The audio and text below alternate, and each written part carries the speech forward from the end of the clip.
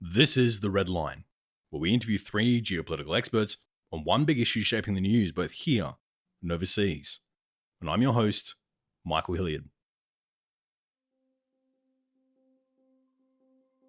In the modern era of geopolitics, everything is changing so quickly, with political stances on things like Russia, NATO, and rearmament completely unrecognizable from where they were just a few short years ago.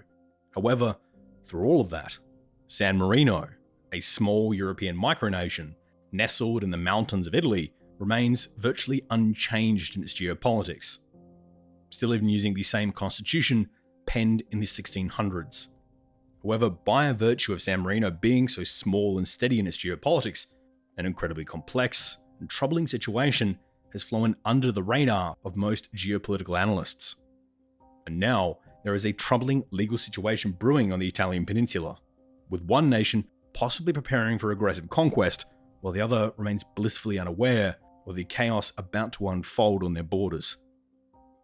So this week, we take a deep dive into the complex geopolitical situation currently unfolding between Italy and the European microstate of San Marino, how this is likely to have larger impacts on the geopolitics of Europe, and the troubling facts that most international lawyers completely missed.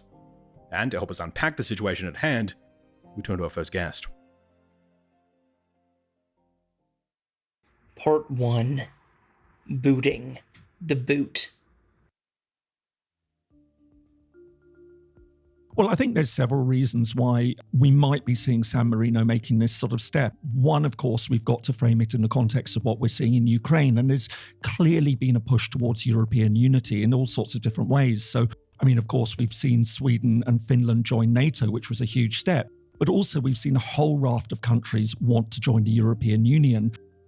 James Lindsay is a visiting professor at the London School of Economics, with his research focusing on conflict, peace, and security in Southeast Europe, as well as EU enlargement and the recognition of international politics. James has an extensive list of publications to his name, including over a dozen authored and edited books, and the amazing geopolitical YouTube channel, Prof. James Lindsay. So, we're thrilled to have him back on the program today. San Marino is quite seriously looking at joining the European Union.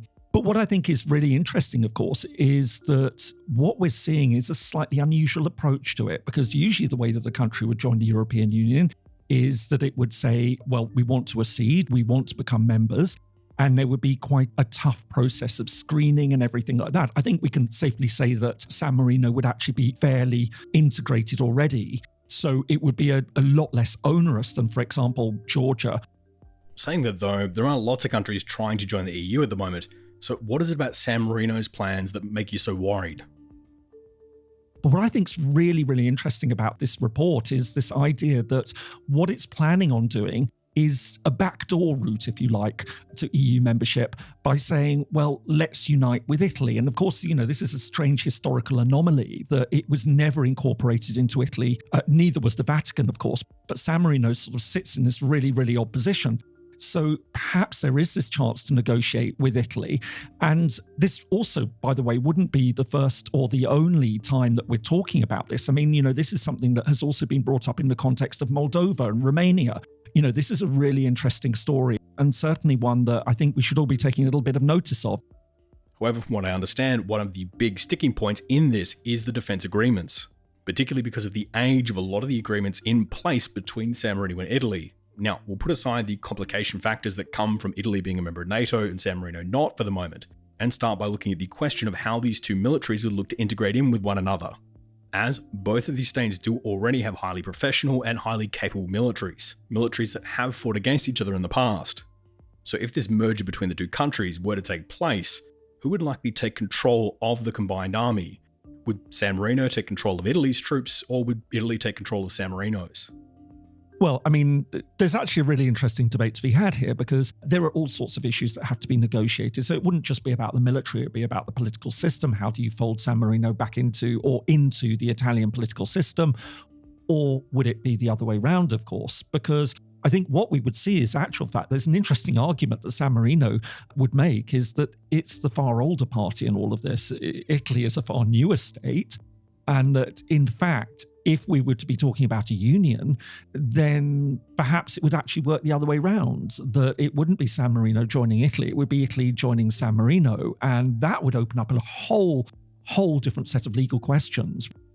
With one of those key legal questions being the fact that right now, according to the San Marino Constitution, the Italians, by law, would have to come to the aid of San Marino if San Marino were ever finding itself under attack. But the Constitution is not written the other way around, meaning San Marino does not have to come to the aid of Italy if Italy comes under attack, which has worked out mostly fine in the past. But if these two were to end up in a conflict between the two of them, as the convention's written, it would appear that the Italians would then have to, by law, declare war on themselves, which again raises questions about Article 5 and NATO.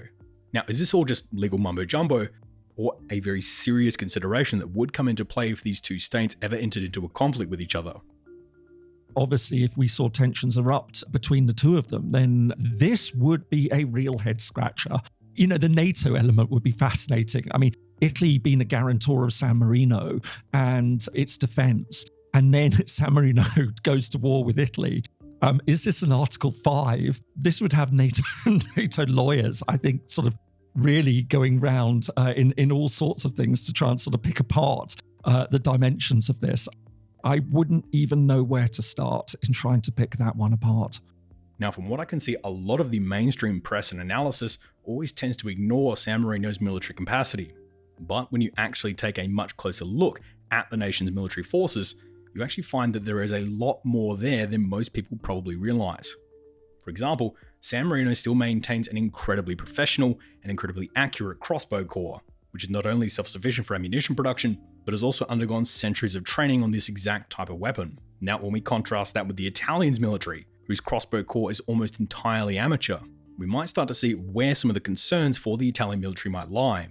If defense planners in Rome are concerned that there is a war on the cards between Italy and San Marino, do you think there may be considerations that the Italian military may not have the right equipment to counter these types of forces, with Italy having focused far too much on things like new submarines and jet fighters, rather than any sort of decent long-term siege equipment? No, and absolutely right. This is really something I think that NATO and the Italians should have been sort of paying far more attention to. I mean, you know, there is a phenomenal history of training, and you're right. I mean, the crossbow, we sort of look down at it as this sort of medieval weapon, but you know, these things, along with the longbows, of course, which were the super weapon of the Middle Ages. You know, we've obviously taken technology in a very different direction these days, but yeah, I think that this would potentially pose some very real problems if push were to come to shove on this. And this problem goes much deeper than many might first assume. For instance, right now, the Italians have become incredibly reliant on the Sparta 2000 ground-based surface-to-air missile system for their air defense needs. But have those systems actually been tested against crossbow bolts? This just would be absolutely beyond the capabilities, one would imagine, of these sorts of systems. If those San Marino crossbowmen were to really get into their stride, I think the amount that they would be delivering would be terrifying. One could definitely see that this would be potentially a very, very serious problem that they would have to encounter. Now, there are some out there who are still slightly skeptical of San Marino's military capabilities, wrongly assuming that the state hasn't fought a war in a very long time. But what most people forget is that San Marino actually fought quite recently during the Second World War. In fact, when the Germans declared war on San Marino on the 13th of December 1944, at that point the Germans were still successfully holding off the Americans, the British, the French, and even the Soviets. But once the Germans had made the mistake of declaring war on San Marino, and San Marino was able to unleash its military force upon the conflict, it actually ended up making a major contribution to the course of the war. So can you take us through how San Marino might have impacted the final outcome of the conflict? There would be certain body of opinion that would say, yes, it was San Marino's decision to enter the war that really did help shift the balance on this. It had been tough fighting over in the East. The Soviets were certainly making their advances, and then we had the D-Day landings. But when you factor in then that San Marino decided that it was going to enter the fray, they aren't given the credit that they're duly worth. Oh, absolutely. San Marino gets hardly any of the credit that it really deserves, as what most people I think forget is that by that point in the Second World War, that conflict had already been raging for 1930 days. And yet, San Marino enters the war, and within a mere 145 days, Germany had completely surrendered. A complete change in German policy to the previous 1930 days of war. So I definitely think we can't write off the military prowess of San Marino anytime soon. particularly when we also factor in this next part as well. You see, one of the advantages of being such an old state is that a lot of these older treaties are still there in place, including one where San Marino, as part of the deal for adopting the Italian currency and customs union, has a binding and ongoing agreement with the Italians that Italy must provide San Marino with an annual stipend, with that stipend including 250 tons of sea salt, 40 tons of tobacco, 20 tons of cigarettes, and most crucially, an unlimited amount of matches. Now, with access to infinity matches, what sort of damage do you think an expansionist San Marino could do? I mean, seriously, the imagination is the limit when you are presented with an infinity amount of matches. We can all remember back as to, kids playing with matches. You just imagine you've got a whole country that has got this arsenal at their fingertips.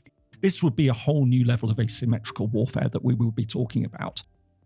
So even though San Marino does obviously pose a significant threat to the Italian state, for some reason Italy has made the foolish decision to not deploy any of its forces along the border with San Marino, which for NATO, who's invested in the defense of Italy, is actually incredibly worrying when you start to consider the short distance between San Marino and Rome. Now, as an example, if we take a look at the Italians' conventional 54-ton main battle tank, the Ariete, the tank is not only incredibly bulky and slow, but also has a much lower operational range than what the San Marino military has access to. You see, in contrast, the modern 2023 Subaru Forester, currently acting as the spearhead of the San Marino Armored Corps, is not only equipped with power windows, power steering, a 6-stacker CD player and integrated Bluetooth, but also has a faster top speed and operational range than the Ariete tank, placing the Subaru Foresters within blitzkrieg distance of Rome. Now, if we start to take into account these egregious shortfalls in the Italian tank's capabilities, like not having integrated 6-stacker CD players, do you think it does open the door for a rapid capture of Rome and the Italian government on day one of San Marino's offensive against Italy? Absolutely. We know that modern warfare has been shaped by being able to be fast. You just see those San Marinos jump in those Foresters and watch how fast they go. Much more maneuverable, faster, sleeker, and armed with those matches and various other goodies that I'm sure they've got tucked. And of course, with the crossbowmen sort of, strapped to the roof of those Subarus, you watch it. I think they would certainly give the Italian armed forces a run for the money. And if they get into their stride, I think this could certainly be a very, very dangerous conflict to watch out for. Now, James, I don't want to cause a panic here within our audience, but I think we should address the elephant in the room. When was the last time that San Marino was inspected by the IAEA for nuclear weapons? I don't think that it has. It would be really, really interesting to actually try and look up that data as to whether there has been an inspection. But, now that you bring it up, it would certainly be something that one should certainly, no country uninspected. That has to be the motto of the IAEA. Has to be. No country uninspected. And that would include San Marino. So you're saying that without these inspections, there's a chance that there could be hundreds, if not thousands or even millions of ICBMs hidden under the fortresses of San Marino. We might not even be aware of it. It's mountainous. You never know. I mean, to me, this sounds like we're witnessing the greatest intelligence failure known to man. That with San Marino expertly wielding all of these matches, their crossbow core, and these Subaru Foresters, equipped with Bluetooth, power windows, power steering, and a 6-stacker CD player, as well as this possible huge arsenal of ICBMs, frankly, I think it's safe to assume that the conquering of the Italian peninsula is all but inevitable. So I guess the question is then, that once San Marino does conquer Italy, will that actually be enough for San Marino? Or should the rest of Europe all be preparing for their day to bow before their San Marino masters? Let's hope cooler heads prevail and the UN SecGen can put a halt to this before we get to that, frankly, scary, scary scenario.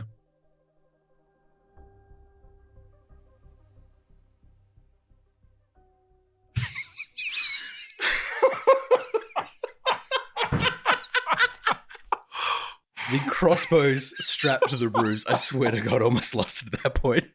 I hope that one worked.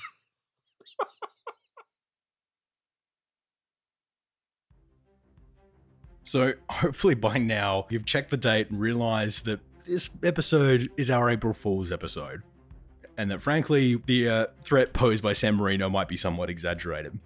But regardless of which, I want to give a massive thanks to James Lindsay for jumping on this one and being a part of it. He was such an amazing good sport, and I don't know how he was able to maintain a straight face for most of the time when we were recording this.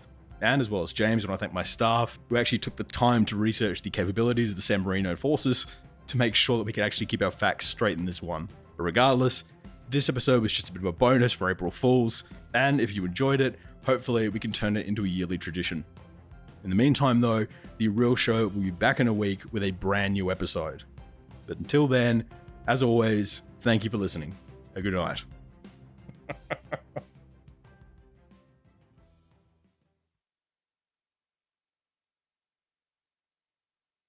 The views and opinions expressed in this episode are solely those of Michael, our guests, and the Redline podcast. They do not represent any government or organization and are solely our own. For more information, please visit theredlinepodcast.com.